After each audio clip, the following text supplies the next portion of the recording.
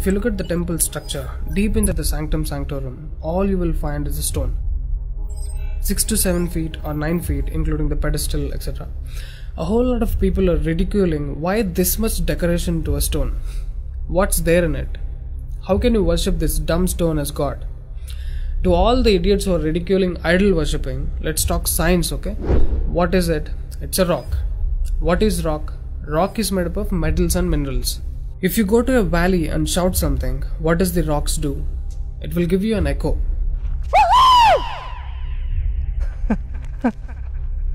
It's an open place.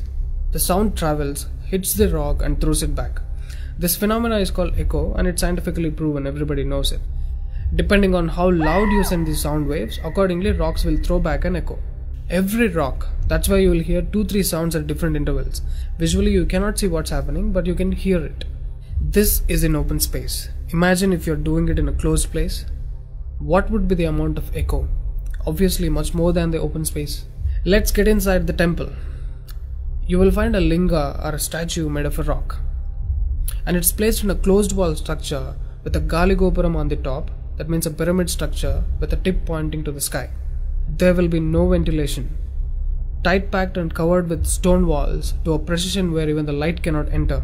Now people send some sounds to the rock. Not just today, it's been practiced since thousands of years. They are sending some sounds to the rock continuously, right from the morning to afternoon to evening till night, every day. We all know that sound has a form. To all the lower IQ people, I'm going to show you a few experiments where particles form different patterns and forms due to various types of sounds.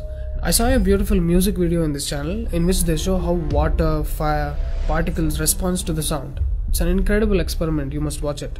It is a film to describe to you the effect of cymatic frequencies.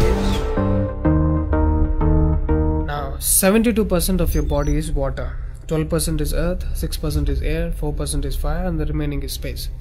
Don't you think this sound has an impact on your system? Look at how drastically the water is responding to the sound. Similarly, fire. In fact, everything in the cosmos responds to the sounds. That's why yogis of the past have always said sound is the basis of existence. Every form is a certain reverberation of sound. If you master the sound, you can play with the 5 elements. That's how the sages of the past used to walk on water, disappear into the air, walk through the walls, etc. In Harry Potter movie, what you have seen is just a fiction story. But here, we have got yogis who did all that for real. Even though there are many mystics who can do these things, not just them, you and I can do it if we attain certain mastery over the sound. You need a perception beyond the senses to do that. For that, you need to do a different level of sadhana. You can't do that in a laboratory through some dumb experiment. All those who tried either ended up neurotic or died an utter failure. Wasted a lot of money in the research. So except dhyanam, technically there is no other way. Sorry to disappoint the people who are lazy to yoga. Okay, sound. I recommend you to watch more such experiments in YouTube to understand better what I'm trying to say here. Inside the temple, they chant some mantras. What happens is, the sound will touch the stone and bounce back in different directions. Because it's a closed room, the sound has to pass out through the main door. And whoever is standing in front will be completely soaked in that energy. Now, what do they chant? Vishnu Sahasranamam in the morning and Lalita Sahasranamam in the night.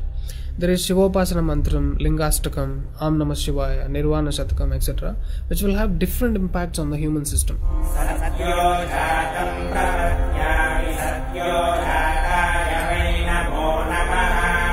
I really wanted to check what impact these sounds have on the human system. So I went to a neurosurgeon to really experiment and document the impact of these sounds on the human brain, the human system. I took my friend Rahul for the EEG test. It's called electroencephalography, where you can see the brain activity, the activity of the nervous system of a person on a computer. We played Lalita Sahasranamam to him.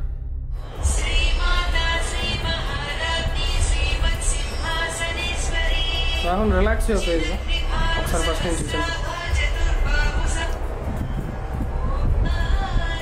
Right.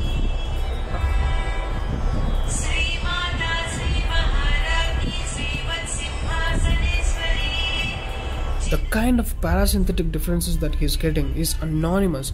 Oh my god, then I understood. These sounds are engineered in such a way that the rhythm of the chant will go inside your parasympathetic nervous system and will put you into deep sleep within 3 to 5 minutes. First thing is, the chant is some thousands of years old. How could these ancient sages know that these sounds impact the parasympathetic nervous system? This they do it in the night. And in the morning they chant Vishnu Sahasranamam, the 1000 names of Bhagavan Vishnu. And again, these sounds are engineered in such a way that it will wake you up to a peaceful and refreshing state of mind. I'm sure most of you are suffering with painful wake-ups, with such an irritated mind that you can't sleep and you don't enjoy waking up. If you listen to Vishnu Sahasranamam in the morning, it will clear all these clutches in the brain and you will be super fresh when you wake up. Even today you can go and check in Tirupati temple. They will chant Vishnu Sahasranamam in the morning and Lalita Sahasranamam in the night. This is a clear science evolved and being practiced in temples. Even now in most of the temples they're still doing it without knowing why they're doing. I went and asked one of the priests in my hometown. He said, no, they're doing it since so many years. Or they will say something like, it's good for your health, you will get money, pregnancy, etc. This is one more reason why temples are ending up in ruins here. There is no one to talk about the science behind it. Why sounds and why the rock? So they call this rock as God, and when you chant for God, their idea is to benefit the human beings living in the city. It's a free service. Will your doctors treat you for free? But these temples are doing it for free since ages. But now these temples are under attack. It's time to free them from government's control. Temples' properties are being looted.